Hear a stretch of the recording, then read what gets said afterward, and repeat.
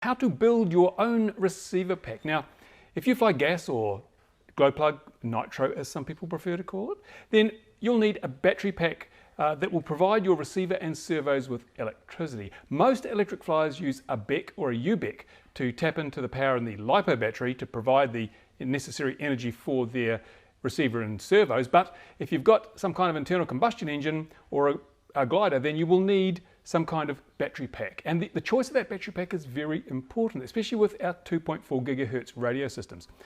If the voltage in your receiver pack drops below the reboot voltage of your receiver, then the game is over. Your receiver will stop working, and it may take some time to re-establish the link, even if the voltage comes back up, as many Spectrum users know.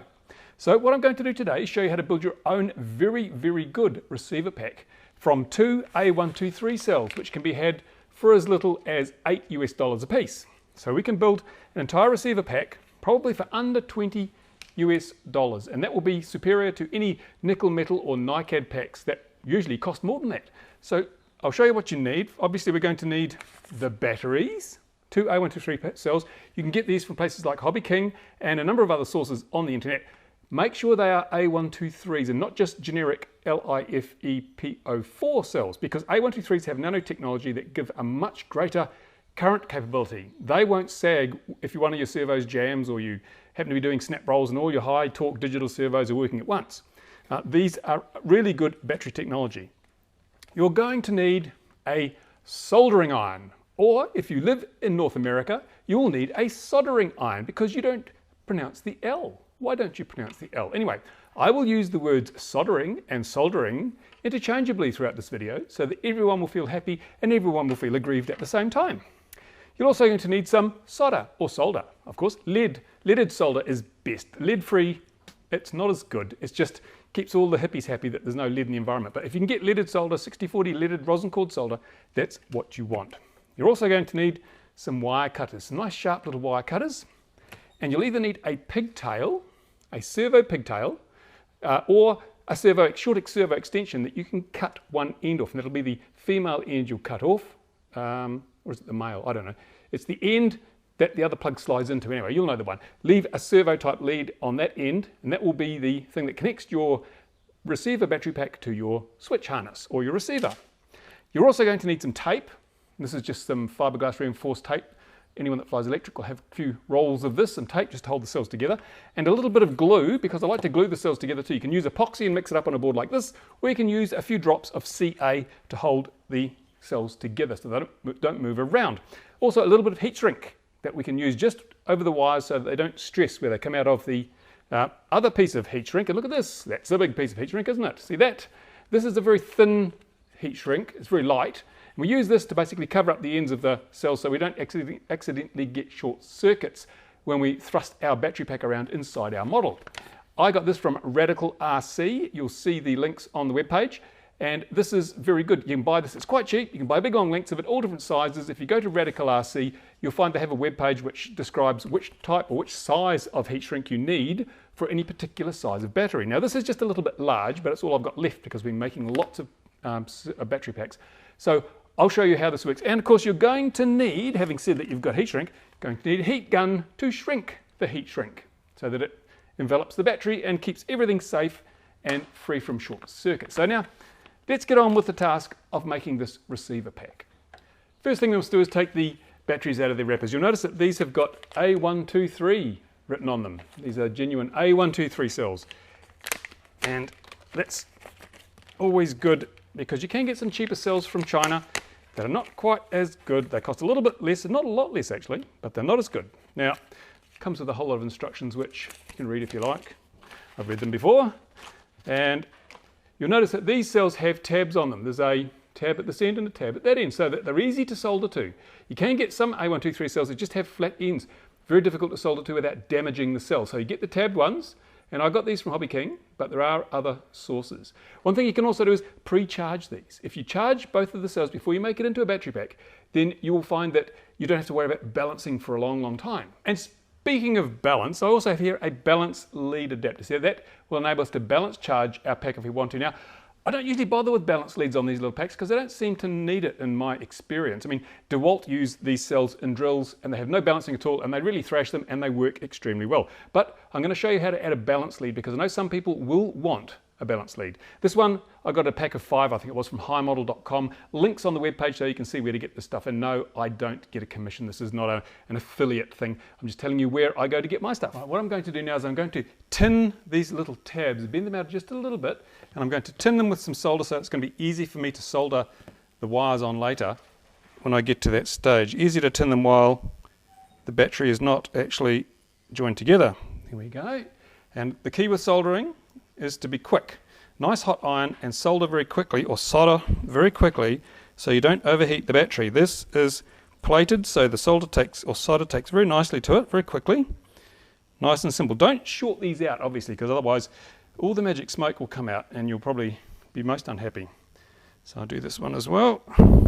Trying to do this so that the camera can see, which means it's a little bit clumsy. Here we go. Use plenty of solder because the more solder you have on here, then the easier it will be to put the wires on when we come to do that. But remember, when you're soldering, if you haven't done much soldering before, don't heat up the solder with the iron. Heat the piece of metal you're soldering to, and then feed the solder in onto that tab. I'll see if I can do a close-up for you. I just apply the soldering iron to the piece of metal there, and then I feed in the solder just a little bit further away from it, just get it started, and then I can just basically heat the metal and feed the solder onto the metal, not onto the iron. You see the solder is melting here quite nicely, and then just smooth it around a bit till it's all nice and shiny, and that then is nicely tinned on both ends so we can see the solder I've put on there. Next step is to glue it together, or the two cells together. You will notice that each cell is labelled with a plus and a minus, if I can find it. There we go. This is the positive end. It has a little plus on it, just there. And this is the negative end, has a little minus on it, just there. Now, we want these in series, which means the positive of one should go to the negative of the other. So it's important that when we glue them together, we orient them the correct way around. And this is the way it will go. You see, I have a plus on there and a negative on the other one. So when I glue these together, I want them together this way. The other thing you've got to watch is how these little tabs line up, because you don't want them touching or the magic smoke will come out. If both ends touch at the same time, she'll all be over. So what I generally like to do is just try and get them so that they're going to be easy enough to solder a bridge across and solder our wires to, but they're not going to touch. When you have them oriented so that you're happy with the way the wire is going to run, then you get your CA out and you just put a drop, make sure they're lined up vertically so that they're even.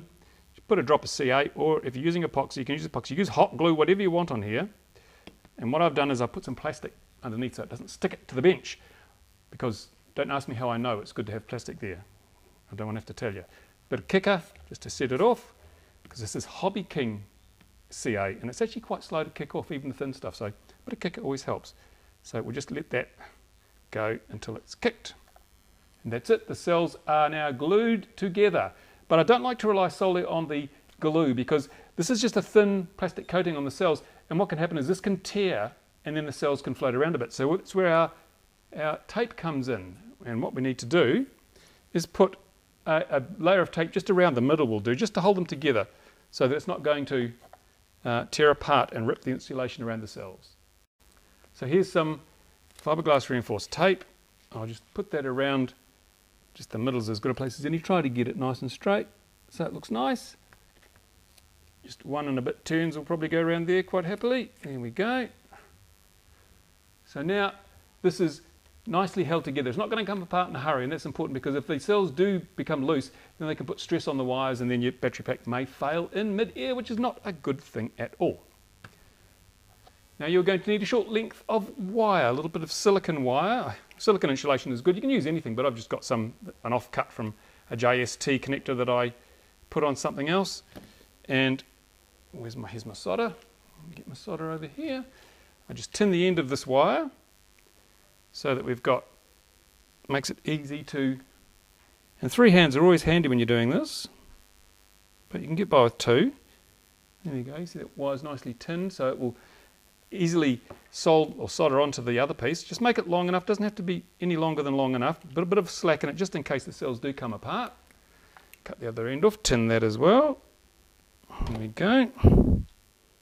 Again, when soldering, you heat up the wire and then feed the solder into the hot wire rather than feeding the solder onto the iron. Here we go, a little bit more. Let's get rid of the excess solder on that iron tip. Here we go, I'm a bit shaky today. Too much coffee after the horrible New Year's or Christmas celebrations.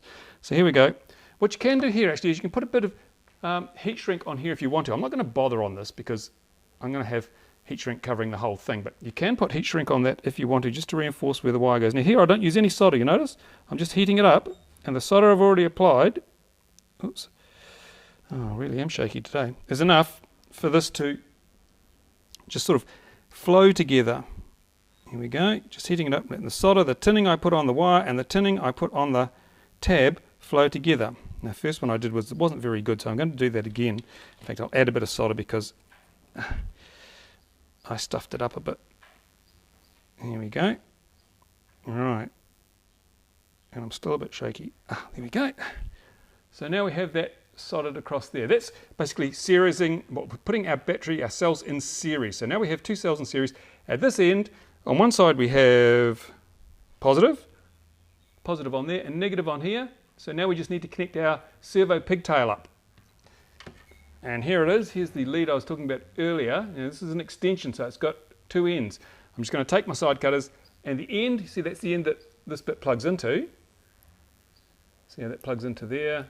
So the bit that plugs in, I'm cutting this bit off because we don't need this bit. Just going to snip it off. Yes, I know it seems like an awful shame to waste an extension, but it's not a waste, is it? Because what I'm going to be doing here is using this, and you notice it's got 3 wires. Doesn't matter. Doesn't matter. We just ignore the yellow wire. Not going to use it, so we won't worry about it.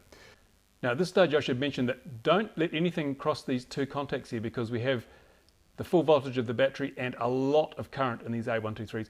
That will really ruin your day if you drop a piece of solder or a screwdriver or something across there, so be a little bit careful about that. Now what we have to do now is connect up this to that, and we're not going to use the middle wire, so I'll just cut that a little bit shorter so that we're reminded we're not going to use it.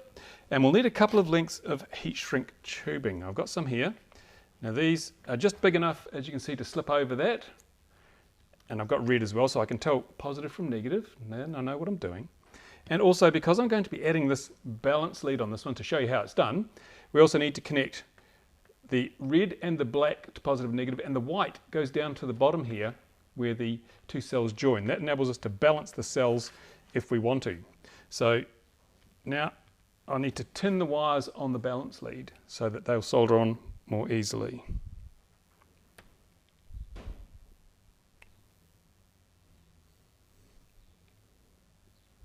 Good side cutters are very useful. You want nice sharp ones so that you don't have to mess around and wreck stuff.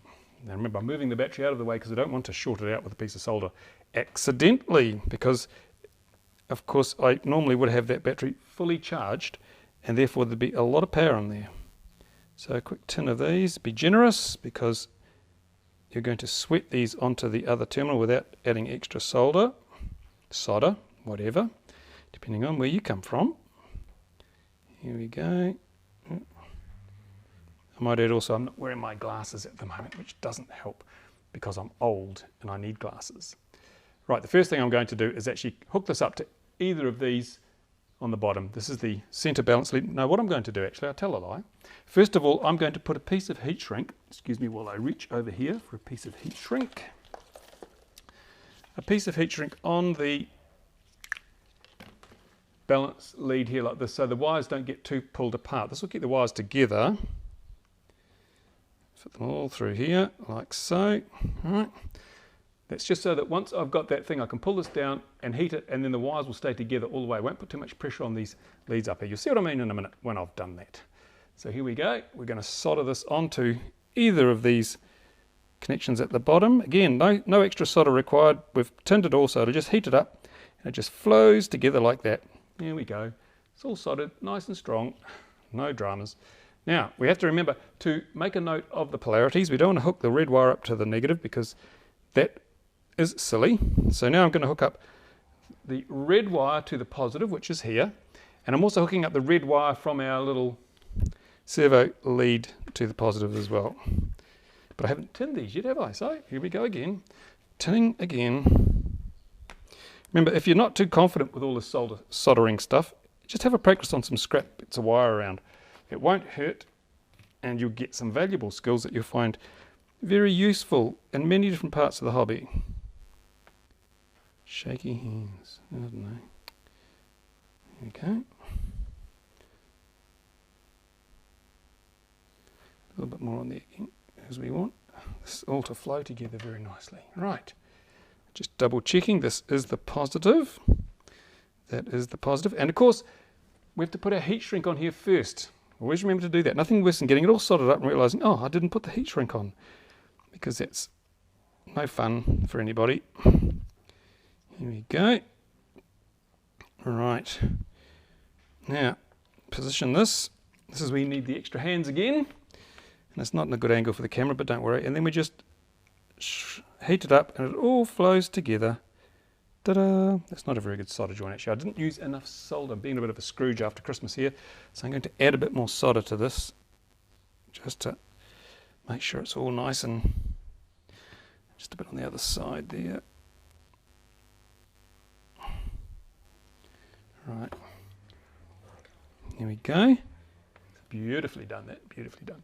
And then, of course, we do the same on the other side. And what we do is, of course, we use black heat shrink. If we've got it on the negatives so that we know what's what. Through there, on there. I'll put a bit more solder on that tab because I was really mean before with the solder and I need to make that nice and fat. There we go. All right. You notice that when I am soldering, it's only a couple of seconds I need to have the iron on any of the tabs, because I've got a nice hot iron. Do things as quickly as possible. Here we go. Soak it on. There we go. It's done. Wait for it to cool. Try not to move the wires. I'm jittery old hands here, but try not to move the wires while the solder's drying, or cooling, because it will create what they call a cold joint. And that's a joint that will very easily fail later on. Give these a chance to cool down first, because if you slide the heat shrink on while it's still hot, it'll shrink before it even gets all the way on. But that seems to be pretty good now. Slide the heat shrink up there. Slide this heat shrink up here. Right. And now we can shrink that shrink. And I just use my soldering iron at this stage. Just the barrel of the soldering iron on the heat shrink will shrink it up. Just push it up a bit further. That's fine. And when we use a heat gun, it will finish shrinking, but this just gets it part of the way.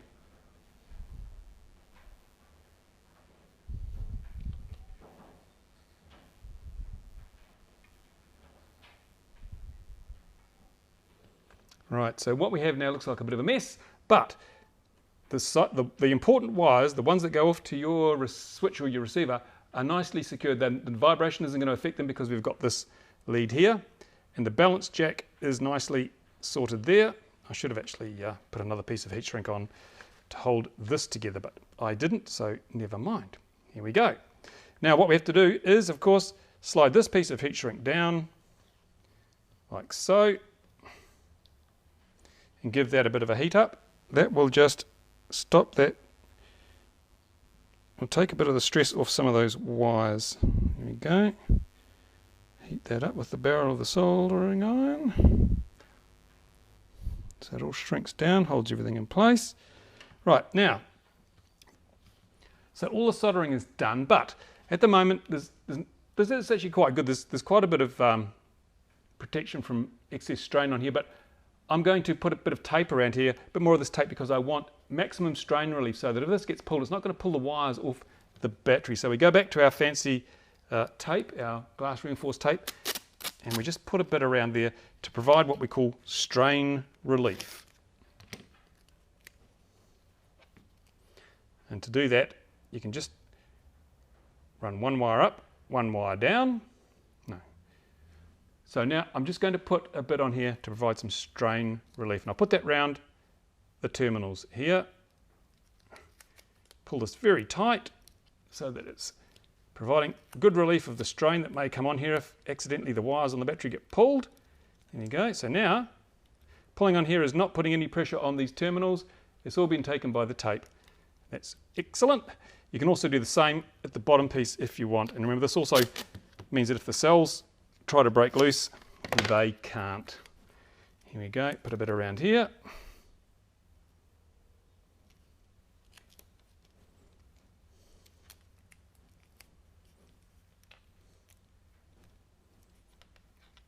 Done. Now, you could use this pack like this if you didn't have any heat shrink and perhaps put a bit more tape around the ends, but I'm going to add the heat shrink now just to make it look a little bit nicer and just provide insulation over these exposed terminals so we don't get any short circuits inside the model. So cut off a generous piece of heat shrink. This is a bit large. If it was smaller, I'd use a little bit more of the heat shrink, but I'm just cutting off probably about 2 inches of heat shrink now. That's 2 inches, and you see this heat shrink is obviously a tube. I can slide that over my battery like so. There we go. And that will provide lots of protection against short circuits. And I get my heat gun, which I have sitting down here, and I just heat it up and it will shrink. It will shrink and get smaller. You watch this, it's like magic. See that? That's already shrunk there. Then I go and do the other end. Shrink up the other end and, hot. Like magic.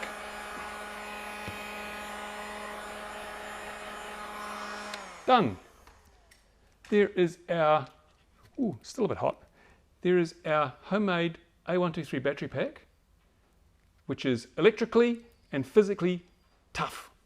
The balance lead out this side, the lead that goes off to our switch or our receiver out this side. There you go. Piece of cake. And what we do, of course, before we even try and use this, because sometimes people make mistakes, I've never done it, of course, but I know some people do, is we get our trusty multimeter here, see that? We set it on the voltage scale, and we then measure, put it over here, we measure the voltage of the wire coming out of this pack, and because we have pre-charged it, of course, although I didn't this time, I know these packs have got, these cells have got a bit of voltage in them, I will measure it to make sure that I've got my positive and negative round the right way. So I'll put the multimeter lead, black lead on negative, plus lead on a plus lead on the positive, on the red one. There we go, 6.58 volts, and it's the right way around. So there it is. There you go, a $20 battery pack, 1100 milliampere hours. This will deliver 30 amps, depending, of course, on how thick these wires are. You notice I've used a heavy duty extension that I've cut up and used here. So minimum voltage drop across here. This you can use in a model up to a 120 sized or 120 size, which is 20cc glow engine. I use these in my 3D profiles, and they provide really, really good performance, and they're light, very, very light, much lighter than a 4-cell pack.